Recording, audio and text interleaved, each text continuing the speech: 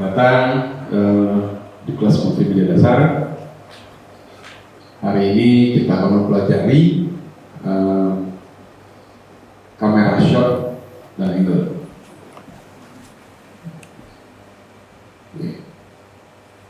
Apa itu kamera shot dan angles? Kamera shot dan angles adalah dua elemen penting dalam sinematografi. Ya, jadi angles ini mempunyai peran kunci dalam video storytelling.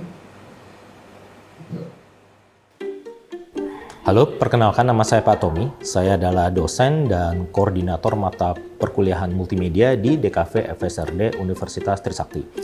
Di konsentrasi multimedia, hampir sebagian besar mata kuliah kami itu adalah praktek ya, seperti misalkan videografi, video editing, animasi, dan bermacam media digital lainnya. Karena untuk mempersiapkan mahasiswa untuk nanti bisa memasuki dunia industri kreatif.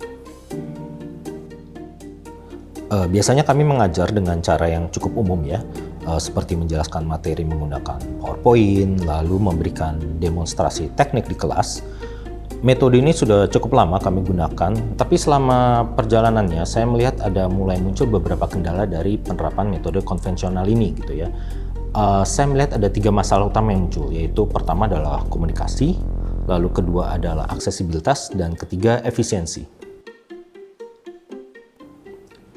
Masalah pertama adalah komunikasi ya. Di kelas saya sering bertanya ke mahasiswa, misalkan menurut kalian bagaimana teknik yang tepat untuk scene ini?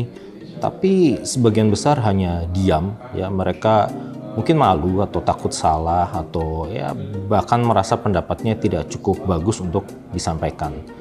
Cuman ya akibatnya komunikasi jadi satu arah ya. Saya berbicara, mereka mendengarkan, tapi jarang ada umpan balik ya. Padahal di bidang multimedia, ide dan diskusi itu sangat penting.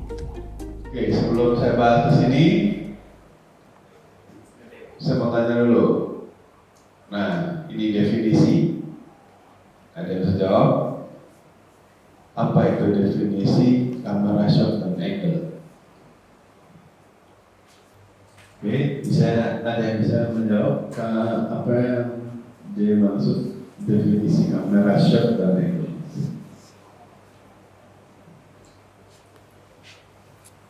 Gimana?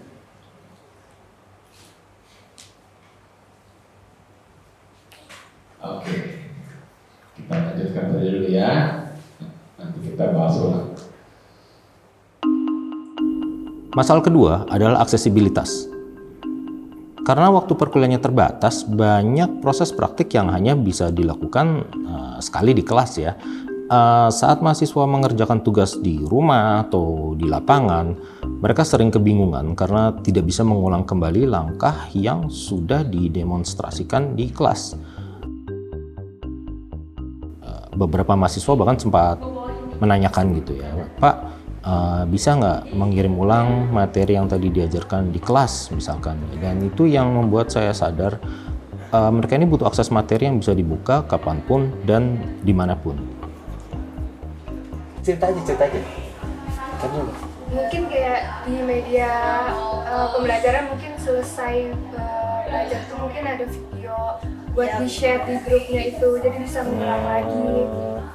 Videonya itu berarti kayak ngejelasin apa yang tadi di kuliah, cuman bentuknya format video gitu ya, jadi bisa ditonton.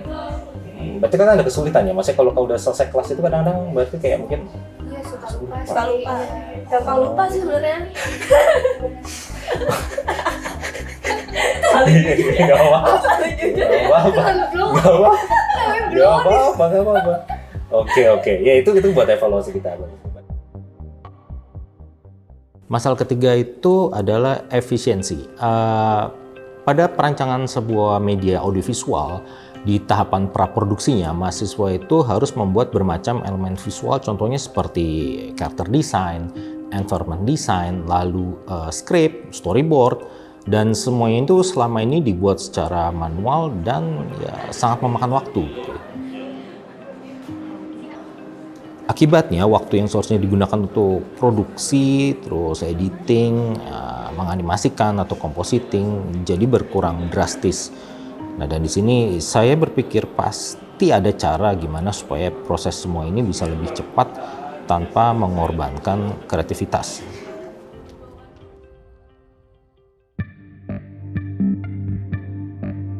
Nah, lalu akhirnya kami para dosen multimedia pun memutuskan untuk duduk bersama untuk melakukan sebuah rapat dan berdiskusi gitu ya. Kita mengevaluasi, membicarakan mengenai kira-kira apa solusi yang tepat untuk masalah ini gitu ya. Karena mengingat UAS sudah semakin dekat gitu kan, dan di situ mahasiswa sudah harus menghasilkan rancangan karya sesuai dengan yang diharapkan. Kita mengevaluasi kira-kira kayak gimana perkuliahan kita yang sudah berjalan selama ini. Mereka tuh kayak nggak tahu ya, kayak takut banget gitu, takut banget untuk menjawab. Dan ketika kayak aku push pun mereka juga malah kayak makin bukanya terus makin berani gitu ya. Udah aku pancing-pancing tapi kayak kurang, iya nggak terlalu respon gitu ya, kayak di mata kuliah yang film animasi. Gue melihat mereka tuh sebenarnya bukan takut ya, karena kalau gue sambil keliling gitu ya, ekspresi mereka tuh bukan yang sedang nggak ngerti. Terus ya di situ kan sebenarnya kita bisa anjing lagi kan, ya bosan kenapa bosan gitu kan, bosan maksudnya dari apa gitu kan, dari misalnya dari Tidak berminat. materinya kah, atau misalnya dari apa, cara penyampaian gitu kan, cara penyampaian masih PPT juga kan dikasih ya.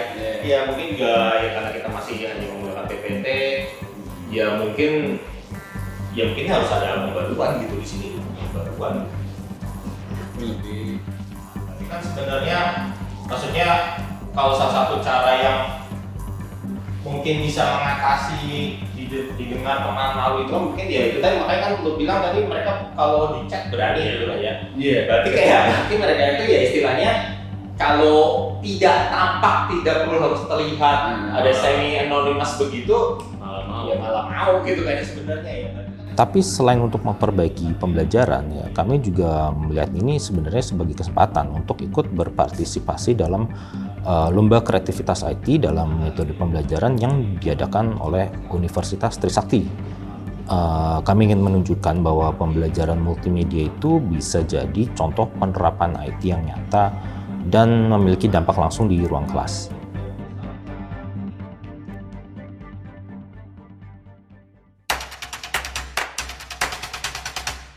Nah, lalu setelah kami melakukan riset kecil gitu ya, di situ kami menemukan beberapa referensi untuk dapat dijadikan sebagai alternatif solusi. Pertama itu adalah pembuatan video pembelajaran. Gitu. Dengan video pembelajaran itu bisa membuat mahasiswa bisa mengakses ulang materi perkuliahan mereka kapanpun dan dimanapun. Selain itu, media pembelajaran ini juga bisa digunakan ya sebagai icebreaker oleh dosen di tiap awal perkuliahan gitu ya. Kami ingin membuat video pembelajaran yang bukan cuma mengedukasi tapi juga menghibur agar mahasiswa tidak merasa bosan atau ya malas menontonnya. Lalu kedua, kami memikirkan untuk menggunakan platform kolaboratif workspace seperti Mentimeter dan Miro. Ini supaya mahasiswa bisa memberikan pendapat atau pertanyaan secara anonymous dan supaya mereka juga bisa bekerja dalam tim secara real time meski ya tidak di ruang yang sama gitu ya. Dan cara ini ternyata sepertinya akan sangat membantu komunikasi dua arah. Login kayaknya kayak masuk, jadi mereka bisa ikut nimbrung gitu loh. Ketiga adalah pemanfaatan generatif AI dan chatbot ya, ini untuk membantu tahapan praproduksi. Contohnya kayak misalkan menggunakan generatif AI untuk mempermudah perancangan ide visual, desain karakter, atau bahkan konsep storyboard. Jadi tetap coretan awal atau ide awalnya itu adalah dari mahasiswa untuk kemudian dibantu dengan platform tersebut untuk menyempurnakan dan mempercepat proses hasilnya.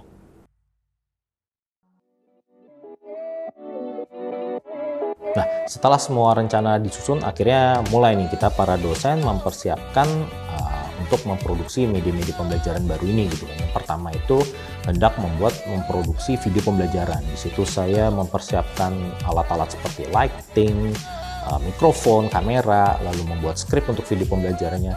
Dan di situ akhirnya kami semua memang merasakan gitu ya, bahwa ternyata ya membuat konten video pembelajaran itu memang ya tidak semudah yang dibayangkan lah ya.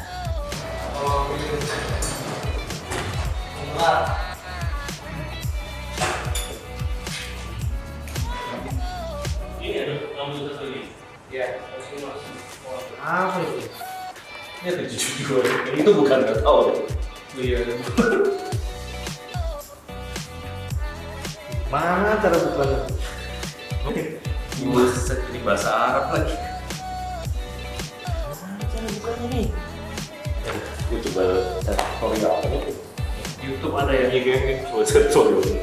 Tahu cara bukanya. Di Cina nih.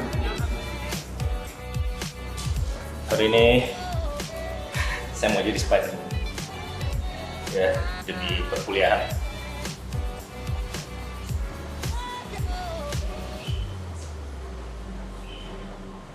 Let's go.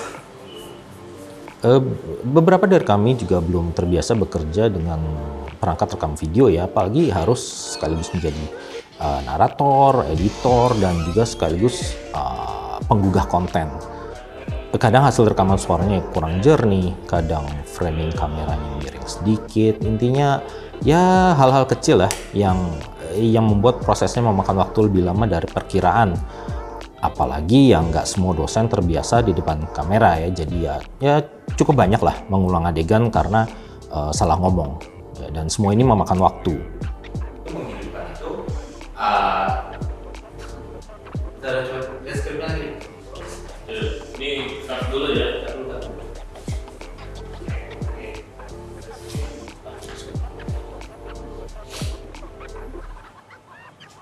Kumis gue udah pas belum sih?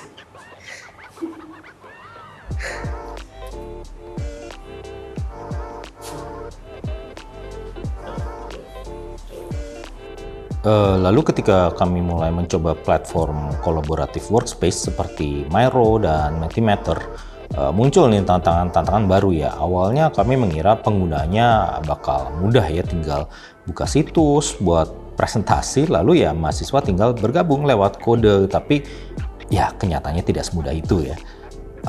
Kami sempat kebingungan tuh saat harus mengatur tipe pertanyaan, memilih mode respons real time, dan memahami cara kerja fitur live poll gitu agar data jawaban mahasiswa bisa langsung ditampilkan di layar kelas ya. Dan juga beberapa kali koneksi internetnya tuh tidak stabil gitu ya saat uji coba, dan membuat hasil polling tidak muncul sempurna. Ada juga tuh pas lagi presentasi dosennya nggak sengaja nutup tab Mentimeternya, jadi hilang semua tuh umpan balik yang udah dituliskan sama mahasiswa ya. Tapi ya kami belajar dari kesalahan itu.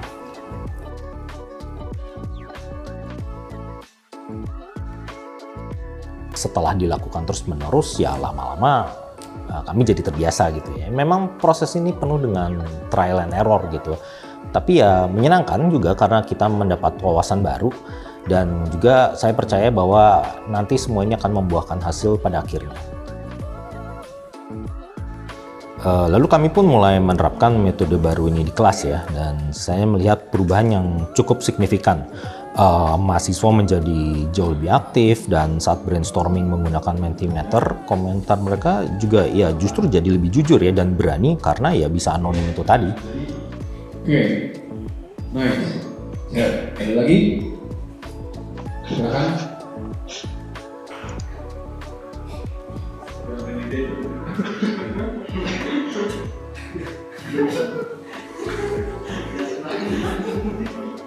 Kenapa Desmond? Dan selain itu penggunaan Google Drive, Google Classroom juga sangat membantu meningkatkan efisiensi perkuliahan karena seluruh materi, tugas, dan revisi kini tersimpan rapi dan dapat diakses di mana saja gitu ya. Lalu juga saat belajar mandiri di luar kelas, mahasiswa mereka bisa menonton ulang video pembelajaran yang sudah kami buat dan upload di channel YouTube Multimedia, dan mereka bisa akses kapan saja mereka butuhkan. Proyeksikan rentetan gambar di sebuah slide kaca yang digerakkan secara manual untuk membuat ilusi pergerakan. yang memiliki rangkaian ilustrasi seekor kambing dengan posisi tubuh yang berubah-ubah, sehingga menciptakan ilusi seolah sedang melompat untuk meraih daun di sebuah pohon. Dan di tahap praproduksi, generatif AI membantu mereka menghemat waktu tanpa mengurangi nilai kreativitas manual yang tetap menjadi inti pembelajaran dan karakteristik mereka masing-masing. Ini kita bisa lihat ada dua pilihan ya. Nah di sini kita tulis nih prompt-nya di sini. Tadi sudah ditulis adalah ilustrasi isometrik seperti konsep art 2D, jalanan perkotaan. Nah ini kita lihat ya, dari 4 pilihan gambar ini mana yang kira-kira semakin mendekati dengan yang kita inginkan. Jadi hal aplikasi seperti ini itu sangat bertolong karena ya kita nggak mau bilang apa-apa, kita mau jawab asal dari coret-coret atau asal dari komentar saja itu sangat gampang karena ya kita bisa berekspresi dari komentar tersebut. Itu membantu banget buat saya, apalagi dalam perkuliahan. Saya kan kadang-kadang suka lupa yang namanya materi gitu, kadang kayak nyangkut sebentar gitu. Nah dengan menonton video tersebut, saya mulai berpikir saya tuh bisa mengingat kembali materi-materi apa saja yang sudah saya temukan, sudah saya pelajari. Strategi saya untuk membuat animasi, terus mempermudah saya juga dalam berkarya, yang mana sekarang kan AI sangat dibutuhkan ya untuk mempercepat. Terus dengan adanya AI, saya sendiri jadi lebih ringan pekerjaannya, nggak harus mikir panjang lagi buat ngedesain sebuah karakter. Kayak kurang lebih seperti itu. Terima kasih ya. Iya, sama-sama.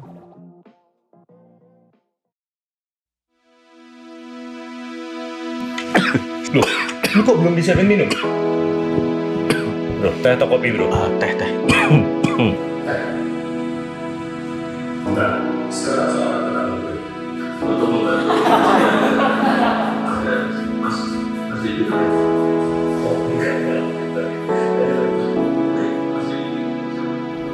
Ya alhamdulillah, saya merasa usaha kami ini tidak sia-sia ya. Karena ya metode ini tidak hanya untuk memperbaiki sistem pembelajaran, tetapi juga untuk membantu mahasiswa dan juga dosen untuk menjadi lebih mandiri dan juga agar menjadikan perkuliahan menjadi lebih dinamis dan efisien. Untuk shot seperti ini kuncinya sadar nih. Semoga langkah kecil ini bisa menjadi inspirasi bagi dosen dan mahasiswa lain untuk terus berinovasi ya. Karena bagi kami pembelajaran itu bukan hanya soal mengajar, tapi tentang bagaimana teknologi bisa membantu kita belajar lebih baik bersama.